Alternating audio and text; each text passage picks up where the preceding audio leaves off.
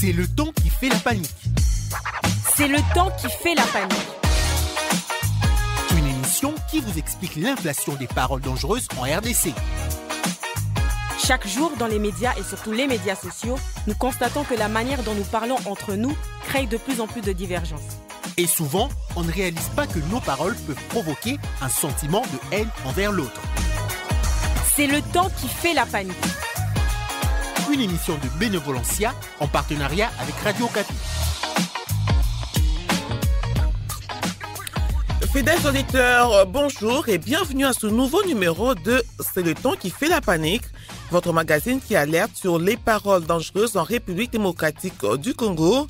Le numéro d'aujourd'hui se penche sur la désinformation, le fait de produire et diffuser intentionnellement de fausses informations. Il est vrai que désinformer peut aussi être un moyen d'incitation à la haine, à la révolte, peut créer des tensions, voire des violences. Et récemment, la toile s'est envolée de rumeurs et fausses nouvelles autour d'un déplacement du président Félix Tshisekedi, avec bien le risque que ces rumeurs suscitent des réactions imprévues auprès de la population renée. En effet, Babel, la télévision publique belge a annoncé le chef de l'État à Kigali avant de démentir l'information. Et malgré qu'il y a eu aussi le démenti de la présidence de la République, les médias sociaux en particulier ne se sont pas empêchés de partager toutes sortes de rumeurs autour de ce voyage présidentiel. Certaines ont confirmé la présence de Félix Tshisekedi au Rwanda, d'autres l'ont annoncé en Belgique pour des soins médicaux, en vacances au Cuba ou à Bali ou même en Ukraine ou en Russie.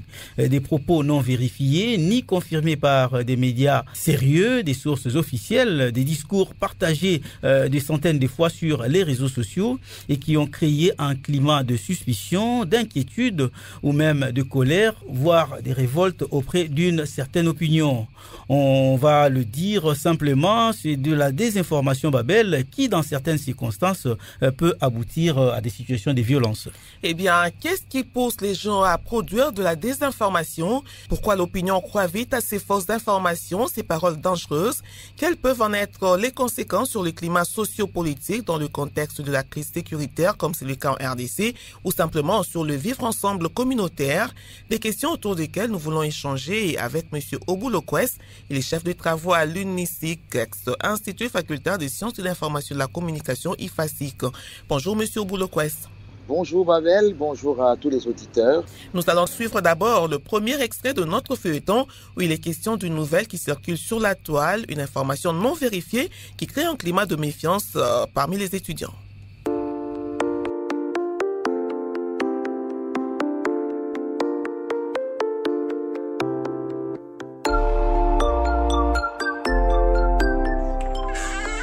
Mais Amani, tu es littéralement bien. Pourquoi tu m'empêches d'entrer dans l'auditoire alors que je dois suivre les cours? Non aux impudiques au campus. Non, tu ne vas pas entrer ici. Tu n'as pas. On compte à tes. Mais allez-vous dire au moins le problème qu'il y a avec Mbouyi? Qu'est-ce qui se passe? Ah, Tengi à tout. Nous refusons d'être assis à côté d'un prédateur sexuel. Vous comprenez bien? Ouais. Qui harcèle toutes les filles de l'université. Oui. Ces accusations là? Nous avons reçu toutes les informations sur son comportement malsain. Nous ne voulons pas de lui comme collègue parce qu'il salit l'image de notre université. Attendez. Mais où est-ce que vous avez tiré ces folles informations? Toi, tu es tout informé. Nous ne sommes plus à l'époque où des salauds comme Mbouyi pouvaient continuer à se faire passer comme des anges alors que ce sont des loups. Aujourd'hui, il y a des médias qui étalent tout au grand jour. Mais John Batingan, je n'ai rien à me reprocher d'abord. C'est toi d'ailleurs, c'est toi. Tu veux tiens ma bille ou non? Vraiment? Vraiment? Oui. Vas-tu nier une information qui a même été publiée sur les vlogs des Renault? Qui a été publié? Tu veux nier? Mon frère, n'est-ce pas toi sur cette photo? Non, dis-moi. Non. C'est lui. Regarde. Nier. Mais regarde. N'est-ce pas toi sur cette photo entouré de plusieurs filles dans une boîte de nuit? Ça, c'est pas toi, ça? Tout ça, c'est du n'importe quoi. Arrête de faire semblant, Mbouyi. Arrête. Non? C'est plutôt une preuve irréfutable que tu ne mérites pas d'étudier à cette université.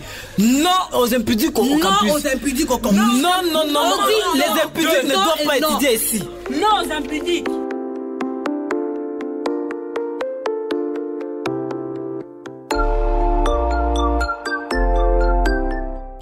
Nous avons suivi dans le sketch un étudiant déclaré « Aujourd'hui, il y a des médias qui étalent tout au grand jour ».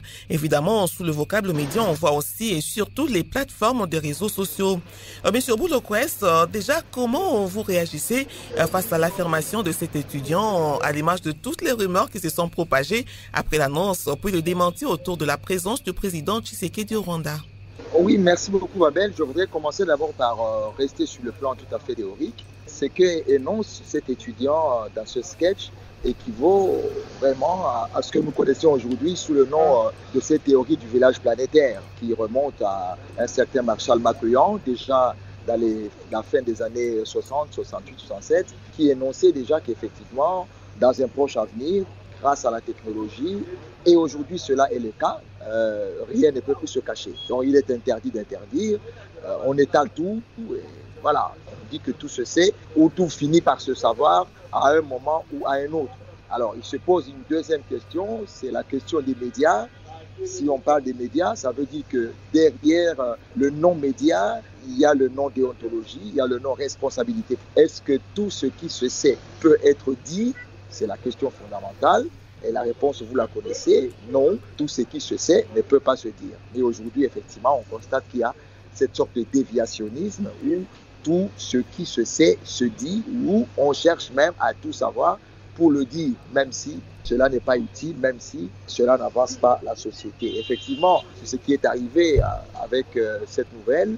On ne sait pas l'appeler nécessairement une rumeur, mais on dit que c'était une nouvelle qui n'était pas celle-là, parce que le média qui l'a donné à dénoncer, ce n'était pas une rumeur, parce que le média avait affirmé, il y avait une source identifiée, c'était un journaliste. Plus tard, le journaliste a démenti. Donc c'était une nouvelle qui a été démentie, mais que d'autres relais, comme les réseaux sociaux, ont continué à considérer comme étant vrai, sans que personne ne puisse donner effectivement les preuves de ce qu'il affirmait. Oui, justement, une nouvelle démentie par son auteur et par l'institution citée dans la dite nouvelle. Et pourtant, on a vu quand même, comme vous les qualifiez, d'autres relais faire preuve de beaucoup d'imagination avec des informations non vérifiées. Est-ce qu'on va dire qu'il y a une certaine intention de provoquer ou d'inciter à certaines réactions en produisant ces genres de fausses informations ou des rumeurs? Oui, cela dépend de quel point de vue on prend cette situation. Écoutez, pour celui qui fait le droit, pour celui qui fait la justice, il recherche derrière le comportement des gens des infractions. Ça veut dire des comportements déviants. Mais pour un scientifique comme nous, ce n'est pas nécessairement la même chose. Pour les scientifiques, on regarde les faits dans la société. On essaie de comprendre derrière ces faits quelle pourrait avoir été l'intention de ceux qui ont continué à divulguer cette information. C'est vrai que cette information, ayant été démentie par deux institutions, devait pouvoir s'estomper. Et je crois que dans les médias officiels, cette information s'est estompée. Mais il faut comprendre la logique qui est derrière les réseaux sociaux. Tout ce qui est mystique, tout ce qui est mystérieux, tout ce qui est secret, paraît comme étant ce que recherchent les réseaux sociaux, parce que ce côté mystique-là, ça nourrit un peu les buzz, ça nourrit les conversations. Les gens veulent se retrouver là-dedans. C'est comme les commérages de tous les jours. Voilà. Donc les réseaux sociaux sont basés quelque part sur ce type de commérage. Ça fait bien qu'on parle de quelque chose, d'autant plus qu'on ne savait pas exactement qu'est-ce qui se passait. Et les sources officielles n'ont pas dit exactement. Ils ont dit que le chef de l'État était quelque part. On sait effectivement qu'il était quelque part, mais on ne savait pas exactement où il était. C'est là ce côté-là qui fait que les gens continuent à en parler dans les réseaux sociaux, comme on en parlerait dans les petites conversations de rue, les petites conversations au quartier. Alors, la question de l'intentionnalité est une question extrêmement importante, parce que même dans la définition de ce qu'on appelle la désinformation ou la mésinformation, il y a une intentionnalité. Quelle est l'intention qui existe auprès de celui qui fait, par exemple, la désinformation?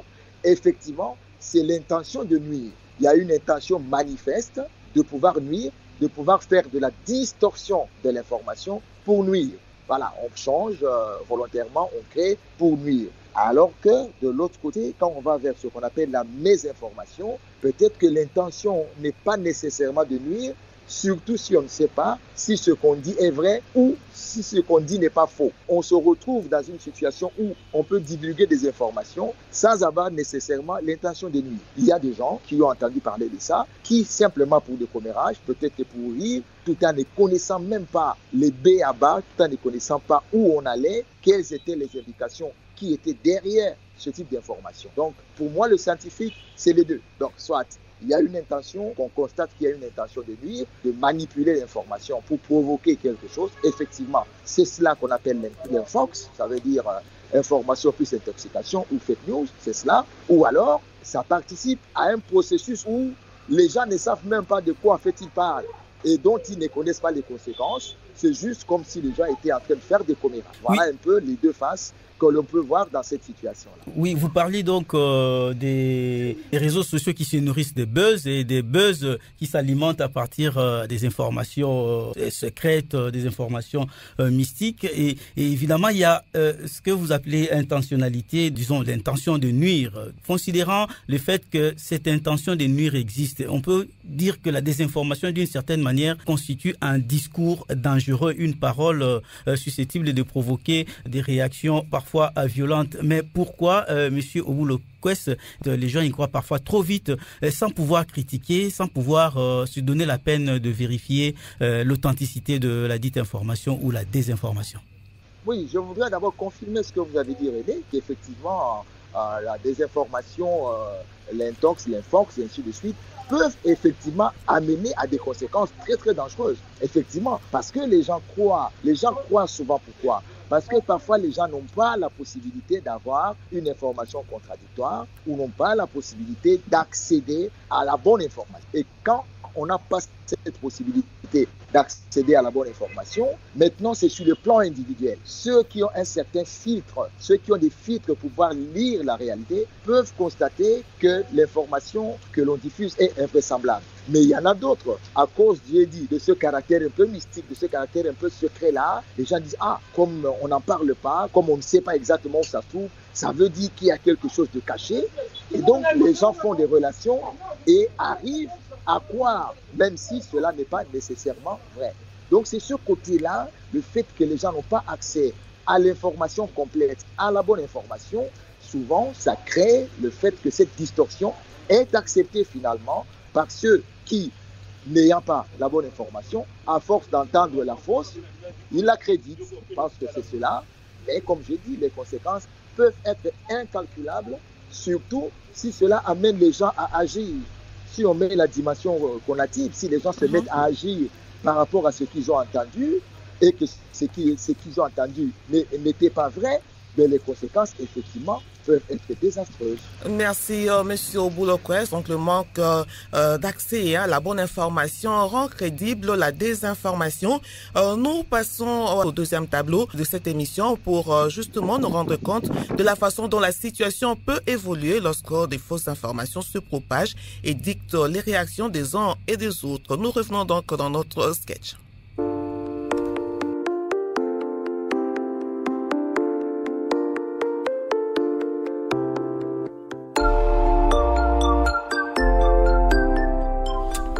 Cette histoire commence à me hanter partout.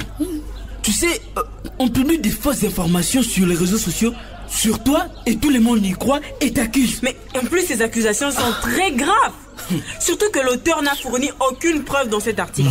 Moi, je dis c'est inacceptable. Tu es vraiment naïf. Tu es vraiment naïf. Tu es naïf en quoi? Tu veux quel... Non mais Mouta, dis-moi, tu veux quel type de preuve encore? Au moment où l'auteur de cette publication est une icône dans le journalisme et il travaille pour un média en ligne qui est très suivi. Bah toi, on a fait que les médias... Mouta, ma chérie, ouvre les yeux. Ouvre les yeux, Mouta. Arrête de dormir en plein jour. Faut qu'on la m'écouter. Maman, juste en voyant la manière dont cette publication a été visitée et partagée, cela porte à croire qu'elle est vraiment fiable. C'est ça, c'est ça. Oui. Kitoko, d'ailleurs mon ami, il faut qu'on a partagé l'information ma groupe et autres à WhatsApp. Quoi? Pour que toute la communauté estudiantine sache qu'un prédateur sexuel est parmi nous. Vous avez perdu sur Instagram, c'est ça. Sur TikTok, vous avez perdu la tête. On va publier partout. Vous avez perdu la tête. Tout ce qu'elle est bien fait, hein? C'est quoi ça? Vous vous rendez compte des conséquences que peuvent suivre pour Moïse si vous continuez à partager une fausse information pareille? C'est qu'on dit, frère. Je refuse d'être accusé injustement sur base de fausses informations ridicules. Écoute ça. Maintenant, vous allez vous écarter et me laisser entrer dans l'auditoire. Tu vas entrer où? Tu vas entrer. Tu vas entrer. Mais n'entre pas.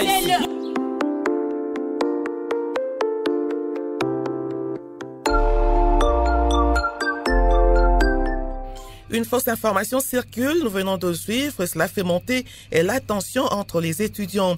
Monsieur Boulokwes, lorsqu'elle est animée par des intentions malveillantes, la désinformation peut bien constituer un discours dangereux. Et selon vous, quel risque pour un pays lorsque ce genre de discours visant de toute évidence à désinformer circulent sur le chef de l'État? Ça peut être sur l'armée, la police ou encore des institutions de premier plan dans le contexte socio-politique de notre pays. Oui, les premiers dangers pour un pays, surtout pour un pays comme le nôtre, le premier danger, c'est justement que des informations n'étant pas vérifiées, n'étant pas vraies du tout, puissent provoquer des troubles sociaux ou puissent amener des personnes à adopter des comportements contraires à la loi. C'est cela le plus grand danger. Parce que n'ayant pas la bonne information ou ayant cru à des informations qui ne sont pas celles-là, quelqu'un peut agir jusqu'à enfreindre la loi. Et cela serait très grave, surtout sur le plan de la sécurité. Imaginez-vous que après cette information dont nous parlons tout à l'heure, que des gens aient agi contrairement à la loi, en estimant par exemple que le chef de l'État aurait fouillé, voilà, où il était malade, il serait dans un état piteux, et que voilà, tout cela, ça peut amener effectivement à des problèmes sécuritaires très très très graves pour le pays, pour la personne qui le dit et qui peut être poursuivie pour avoir répandu de fausses nouvelles, voilà, comme on dit, pour avoir répandu de faux bruits qui ne seraient basés sur rien. Et j'ai retenu de ce qu'ont dit les étudiants dans le sketch tout à l'heure, quelque chose d'important, c'est qu'à un moment, il y a une étudiante qui dit « mais cette information est venue d'un journaliste qualifié ». Donc ça veut dire que la crédibilité de cette information pourrait être liée à la notoriété de la personne qui la donne. Oui. Avec cela, est-ce qu'il n'y a pas risque, justement, qu'on commence à assister à une méfiance, une certaine méfiance, que la population ne donne plus crédit aux autorités ni aux propos qu'elles tiennent? Oui, c'est cela. J'étais en train de le dire tout à l'heure. La crédibilité d'une information peut être liée à la notoriété de la personne qui la donne. Alors, par rapport aux autorités, ce qui arrive souvent, la méfiance intervient lorsque 1, 2, 3, 4 fois, la désinformation est passée et qu'il n'y a pas eu vraiment une réaction en titre d'information, de bonne information, de la part de ceux qui sont censés la donner. Une fois que ceux qui sont censés donner la bonne information vont la donner, effectivement, petit à petit, la méfiance va baisser. Mais la méfiance augmentera lorsque chaque fois qu'il y a ce type de situation, on n'a toujours pas accès à la bonne information. À ce moment-là, la méfiance va augmenter et la mauvaise information deviendra plus crédible encore. Voilà, c'est ça le mécanisme, c'est comme ça que ça fonctionne. Donc la méfiance augmente tant que la compétence de ceux qui doivent donner l'information ne font pas leur travail. Une fois que ceux qui sont compétents pour donner l'information donnent l'information à temps sans mystifier quelque chose, la méfiance va baisser et voilà. Donc c'est sur une balance. Justement, comment voyez-vous une société où l'univers de la communication est pollué, pour emprunter le terme employé par notre confrère François Ligodi pour titrer son dernier ouvrage? Donc l'univers de la communication est pollué par des discours mensongers, des informations portant sur la personne, sa race, sa tribu, l'identité. Comment voyez-vous les relations entre les institutions, les relations entre les dirigeants et la population dans une société pareille? D'abord, il va être difficile dans un proche avenir de pouvoir dépolluer complètement la société parce que les moyens de communication augmentent et viennent en vitesse, avec une certaine vitesse sur le plan de leur évolution. Ça va donc être difficile parce que jusqu'à aujourd'hui, il y a des pans entiers de populations qui ne sont pas encore, disons, affectés par les nouveaux médias. Donc, ils le seront à un moment ou à un autre. Ce qui fait que dans un proche avenir, ça va être difficile de dépolluer totalement la société. Mais on peut trouver des mesures correctives. Les premières mesures correctives concernent justement ce que je disais, c'est la crédibilité de l'information. Oui, monsieur Bouloquest, vous êtes déjà en train de tirer des leçons. Nous abordons justement ces conclusions-là, ces leçons dans la troisième partie de notre magazine. Ce sera juste après avoir suivi cet extrait de notre sketch.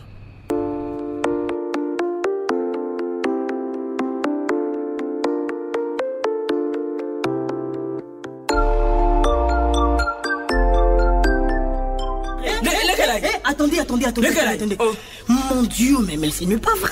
Quoi? Qu'est-ce qu'il y a? Tu as vu quoi? Non, mais Amani, regardez bien d'abord. Mais on a déjà vu la photo. Non, mais regardez bien cette photo d'Embouy. Je crois que cette photo n'est pas authentique. Elle est authentique. Non, elle n'est pas authentique. Non. Ce n'est pas possible. La photo, elle est bel et bien authentique. Toi aussi. Regarde, regardez bien. Cette photo est tellement vague et moins claire, je te dis. Non, Mbouy, c'est Mbouy qui est là.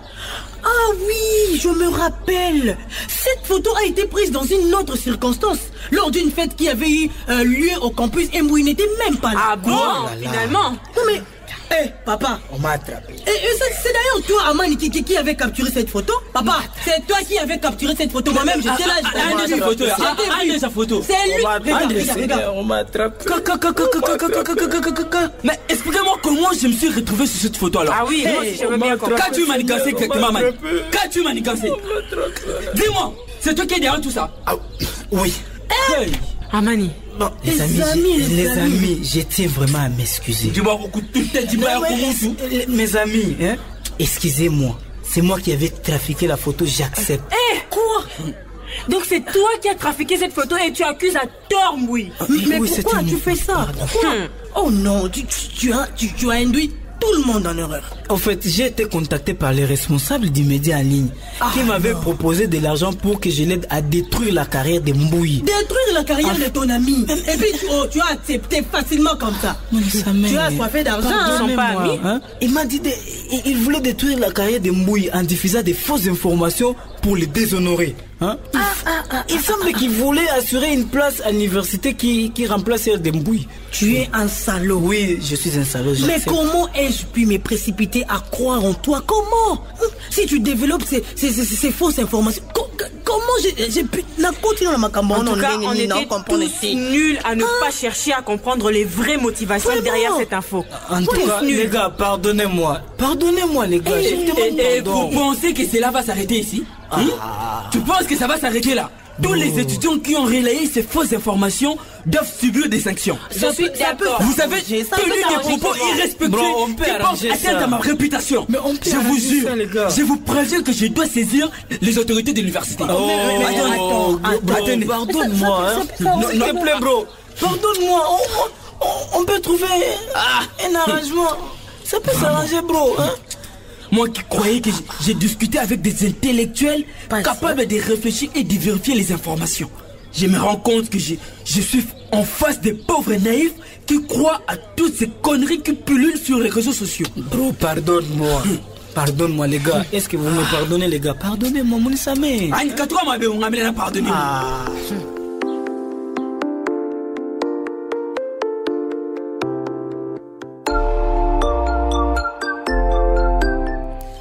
Les étudiants viennent de découvrir que l'information au centre des discussions était en fait un montage dont la finalité était seulement de nuire. Monsieur Bouloquest, en dépit du fait qu'ils sont le canal privilégié de la désinformation, les réseaux sociaux s'imposent aujourd'hui comme le moyen de transmission d'informations le plus rapide et le plus utilisé. Alors, comment pouvoir réduire la circulation des propos ou des discours portant sur la désinformation à travers les réseaux sociaux? Quels sont les piliers sur lesquels une société comme la RDC devrait s'appuyer pour tant soit peu se rapprocher de cet idéal? Vous avez déjà commencé d'ailleurs à aborder ce sujet. Oui, c'est vrai. Aujourd'hui, je disais que la montée fulgurante des réseaux sociaux ne va pas s'arrêter maintenant parce qu'effectivement, c'est encore en train de se répandre, c'est encore en extension. Et techniquement, la RDC n'a pas tous les moyens de pouvoir arrêter, par exemple, comme on fait dans des pays tels que la Chine, pouvoir boucher, par exemple, un des réseaux sociaux. D'ailleurs, ça serait aussi enfreindre peut-être la liberté des gens. Ce qu'il faut mettre en place, c'est des mécanismes de production du contenu, de telle sorte que même si sur les réseaux sociaux, n'importe qui peut écrire ce qu'il veut, mais qu'il y ait une sorte de filtre. Ça veut dire qu'il faut qu'il y ait de la production de la bonne information pour que la bonne information vienne chasser la mauvaise. Parce que s'il n'y a pas la bonne information à temps, elle peut exister, mais si elle ne vient pas à temps, et si cette bonne information ne vient pas par les canaux qui sont crédibles, par les canaux officiels qui devraient pouvoir la donner, par des canaux compétents, eh bien, la fausse information va se répandre, jusqu'à atteindre des proportions inimaginables. Pour moi, vraiment, le principe, il est simple. La bonne information chasse la mauvaise. Et donc, il faudrait que, par exemple, pour les institutions, qu'il y ait une sorte de mécanisme d'information préventive.